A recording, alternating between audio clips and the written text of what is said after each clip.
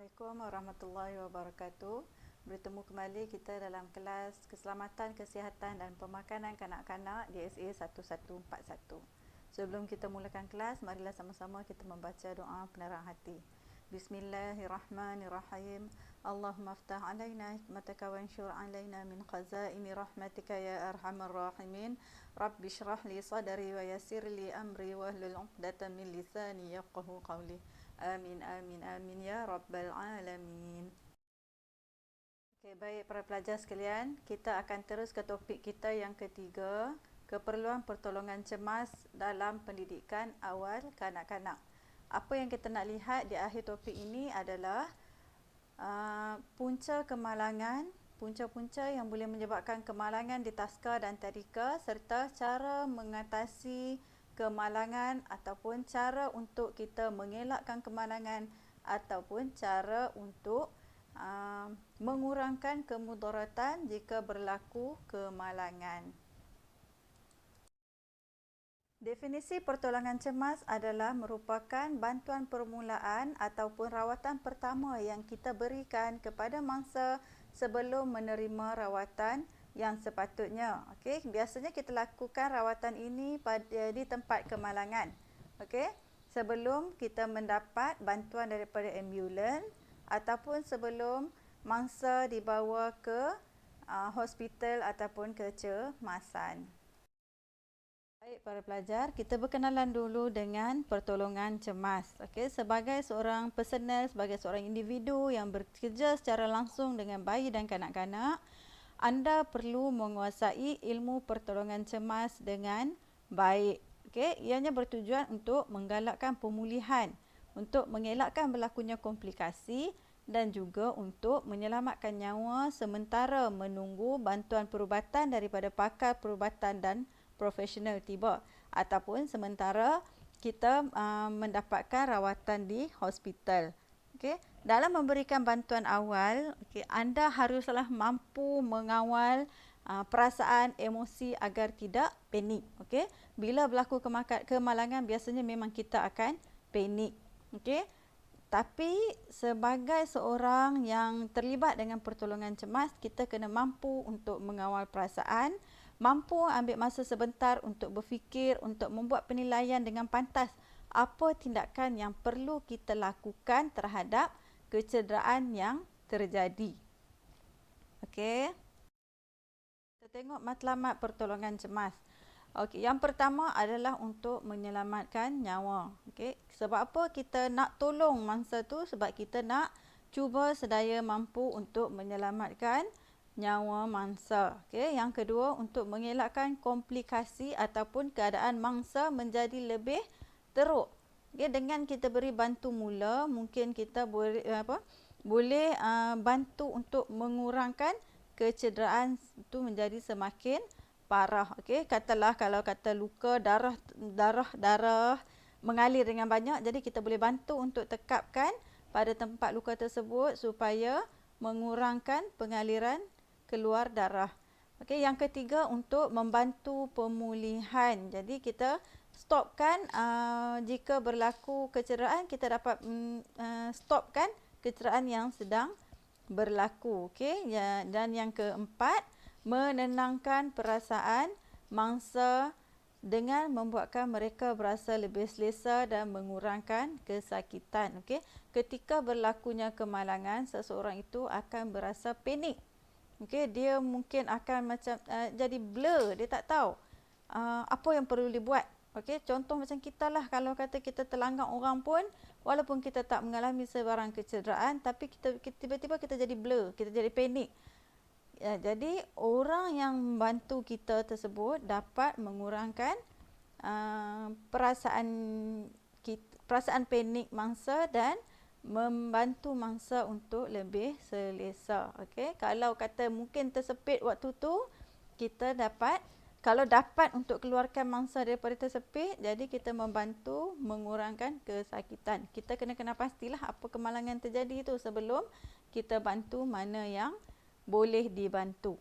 Okey, individu yang memberi pertolongan cemas mestilah tahu apa yang perlu mereka lakukan dalam keadaan yang berbeza. Okey, Kesilapan dalam memberikan rawatan boleh memburukkan lagi keadaan mangsa. Seterusnya, peranan pendidik dan pengasuh. Okey, yang pertama, menerapkan amalan keselamatan dalam aktiviti pembelajaran dan rutin harian seperti membaca cerita kepada kanak-kanak. Okey, kita bagi cerita-cerita teladan, cerita tentang keselamatan, cerita tentang macam mana kita menjaga diri daripada berlaku kemalangan dan sebagainya. Okey, yang kedua, nyanyian. Kita boleh menggunakan nyanyian-nyanyian yang berunsurkan kanak-kanak. Okey, kanak-kanak ni dia sukakan hiburan. Jadi dia lebih cepat dengan dia lebih cepat mendapat maklumat dengan nyanyian. Okey, yang ketiga, perbincangan. Perbincangan ni maksudnya perbualan lah. Okey, kita jalankan aktiviti perbualan dengan kanak-kanak. Sambil-sambil kita bercerita, kita tanya dia. Okey, kita tanya gunting, kita cakap lah. Okey, gunting ni bahaya. Apa guna gunting? Untuk gunting kertas. Okey, bukan main acah-acah dekat kawan-kawan, bukan untuk gunting baju, tangan dan sebagainya. Jadi kita bercerita untuk tentang kegunaan sesuatu barang mengikut fungsinya. Okey. Yang keempat, tunjuk cara ataupun kita buat lakonan. Okey, kanak-kanak buat main lakon-lakon. Okey, macam mana kita cara nak melintas jalan. Kita sediakan trek. Okey, macam mana kalau kita nak lintas jalan, kita tengok kiri kanan. Bagi kita tunjuk kanak-kanak dan kanak-kanak jalankan aktiviti tersebut. Okey, yang kelima adalah role model. Okey, ini sangat-sangat penting.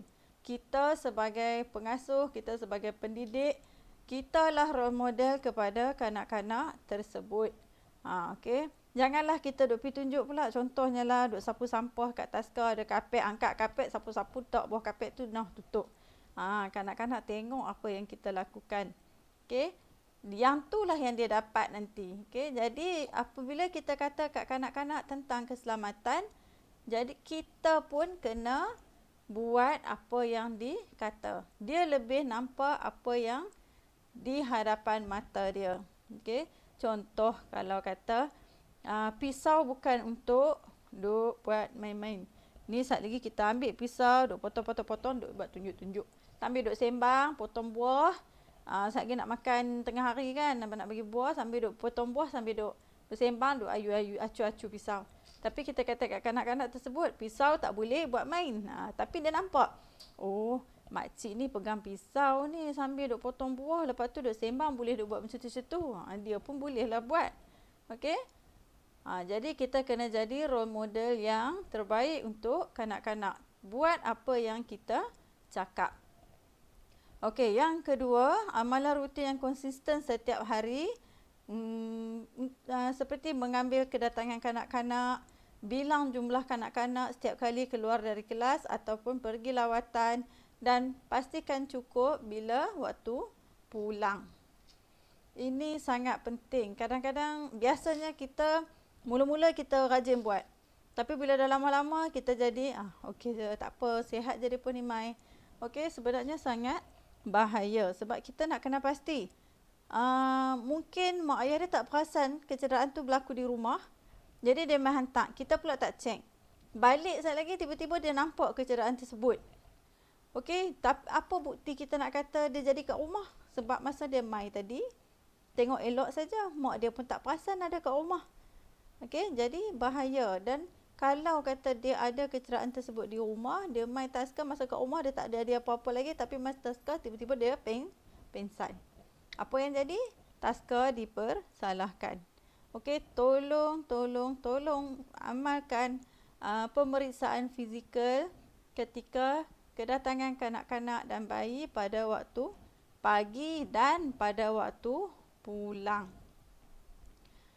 Kalau kata dia tak mai sekolah, okey, dia tak mai taska, kita sebagai pengasuh sebaik-baiknya tanyalah. Kok mak dia lupa habaq, dia tak mai, demam ke apa, tanya pilah. Sebab kita takut mungkin ada yang terlupa. Peranan pendidik dan pengasuh yang ketiga iaitu menerapkan amalan selamat dalam kehidupan harian. Contohnya bagi mengelakkan jatuh. Apa yang kita boleh buat? Yang pertama, kalau kata ada berlakunya air tumpah, okey, kita ajak sekali kanak-kanak tersebut untuk lap air yang tumpah sambil-sambil kita cerita.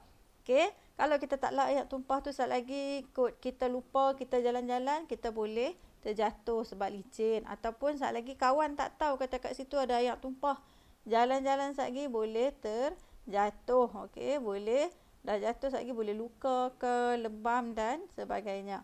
Okey, yang kedua, tidak menjongkit kerusi semasa duduk, berjalan dan tidak berlari dalam kelas. Masa duduk atas kerusi tu tak jongkit ke depan, ke belakang, ke tepi. Kerusi ada 4 kaki, duduk dengan 4 kaki, bukan duduk dengan 2 kaki. Okey. Semasa dalam kelas tidak berlari-lari. Sebab apa? Kalau dalam kelas kadang-kadang kita ada kerusi meja. Okey, tak sesuai untuk berlari. Sebab fitrah kanak-kanak ni tenaga dia banyak.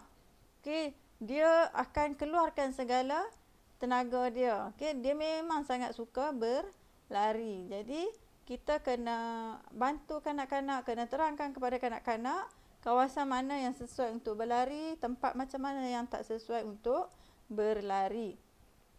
Okey, yang ketiga, kita ajar kanak-kanak untuk tolak kerusi ke bawah meja selepas digunakan.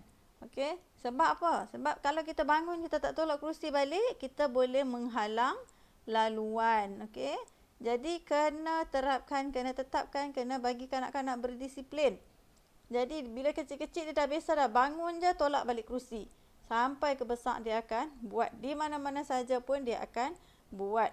Kita boleh tengok macam kat kedai makan pun macam tu lah. Cuba kita parti. Dah sudah makan tu, ada setengah tu bangun biar macam tu je kerusi. Alah biar pergi sat lagi, waiter mainlah cuci, mainlah tolak kemas apa semua balik. Ataupun alah sat lagi dia nak sapu-sapu, dia tarik kerusi. Tak boleh macam tu. Okey. Setiap individu haruslah ada rasa tanggungjawab untuk memastikan keadaan kembali kepada sedia kala selepas digunakan. Okey. Yang keempat, memakai dan mengikat tali kasut dengan sempurna. Kalau tak pakai tali kasut pun, kalau jenis kasut yang ada velcro tu, okey, tutup lekatkan dengan elok. Okey. Kalau kata tengah-tengah duduk jalan, tali kasut terbuka, okey, suruh kanak-kanak berhenti waktu tersebut dan ikat terus tali kasut. Okey, jangan biarkan dia jalan dalam keadaan tali kasut terbuka. Okey, sangat bahaya. Kod kawan terpijak, kod dia terpijak. Jadi, pakat-pakat jatuh contoh lagi. Tajuk kita yang terakhir iaitu punca kemalangan. Ada beberapa punca kemalangan yang kita boleh kenal pasti yang mungkin boleh berlaku di Tazkar dan Tadika. Okey, kemalangan ni kita memang susah nak elak. Cumanya apa yang boleh kita buat? Kita kena bersedia jika berlakunya kemalangan. Macam mana kita nak bersedia kalau berlaku kemalangan supaya kita boleh bantu, okey? Caranya dengan adanya ilmu dan dengan adanya kemahiran yang betul. Okey, kita tengok macam mana apa perkara yang boleh menyebabkan berlakunya kemalangan. Yang pertama, kurangnya pengetahuan dan kemahiran dalam pengendalian aspek keselamatan di Tazkar dan Tadika. Okey, jadi macam mana cara untuk kita atasi dia? Cara untuk mengatasi kurangnya pengetahuan, sediakan latihan ataupun khusus tentang pendedahan pertolongan cemas dan aspek keselamatan di Tazkar dan Tadika. Okey, yang kedua, kemahiran mengendalikan rawatan kecemasan terlalu rendah. Dia tahu, okey, dia tahu, tapi dia tak mahir. Macam mana nak mahir? Kena buat latihan, bukan takat saja baca saja, bukan takat tengok saja. Kita kena ada latihan. Latihan tersebut akan memberi pengalaman dan akan meningkatkan kita punya kecekapan. Okey, yang ketiga, tidak menjalankan latihan kebakaran bersama pihak bomba di Tazkar ataupun Tadika. Okey, ada setengah Tazkar Tadika ni tak berinteraksi dengan pihak bomba. Mungkin mereka tak tahu kot. Okey. Jadi saya dah terang ke awak. Jadi sekurang-kurangnya setahun kita adakan 3 kali latihan pengusian bangunan bersama pihak bomba. Yang keempat, okey, personal pendidik tersebut bersikap acuh tak acuh terhadap keperluan pemeriksaan fizikal ketika kedatangan kanak-kanak ke taska. Okey, jadi kita kena ambil bahawa memeriksa fizikal kanak-kanak waktu kedatangan tu adalah sangat penting.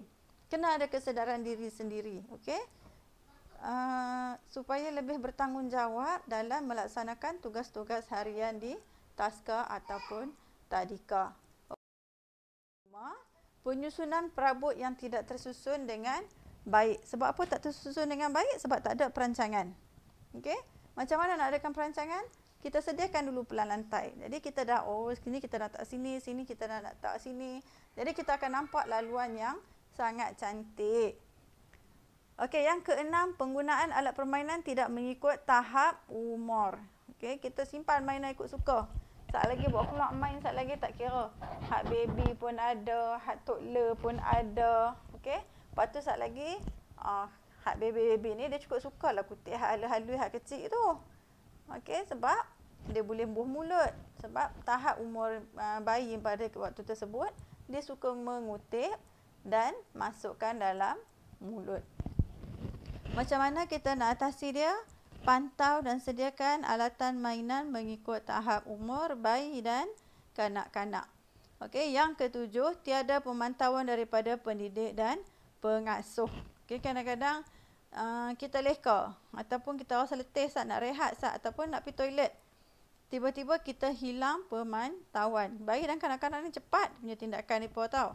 Okey, kadang dalam kita perhati pun masih tak terjangkau apa tindakan yang nak dibuat oleh bayi ataupun kanak-kanak tersebut. Jadi kalau kata kita nak pergi toilet saat ke apa ke, maklumkan kepada rakan sejawat. Okey, dan yang terakhir, pengasuh ataupun pendidik sendiri tidak menjadi role model kepada kanak-kanak tentang amalan keselamatan. Okey, macam saya terangkan dah tadi. Kita perlu menjadi role model tentang keselamatan di taska dan tadika. Jangan cerita saja, jangan cakap saja, tapi kita buat amalan-amalan keselamatan supaya kanak-kanak tahu, itu tak boleh buat, ini tak boleh buat. Dia lebih jelas, dia nampak di depan mata dia, okey, tindakan dan apa yang perlu, apa yang boleh buat, apa yang tak boleh buat. Okey, sampai cukup 8. Mungkin ada lagi yang tak tertulis oleh saya di sini. Pelajar-pelajar boleh nyatakan dan boleh huraikan dengan lebih baik. Okey, jadi setakat ini saja dulu untuk tajuk kita kali ini. Jika ada sebarang persoalan, boleh berjumpa ataupun boleh bertanya dengan saya, dan kita tutup majlis kita dengan bacaan tasbih kafarah. Subhanakallahumma wa bihamdika asyhadu an la ilaha illa anta astaghfiruka wa atubu ilaik. Wal 'asri innal insana lafi khusr illa allazina amanu wa 'amilus solihati wa tawasaw bil haqq wa tawasaw bis sabr. Assalamualaikum warahmatullahi wabarakatuh.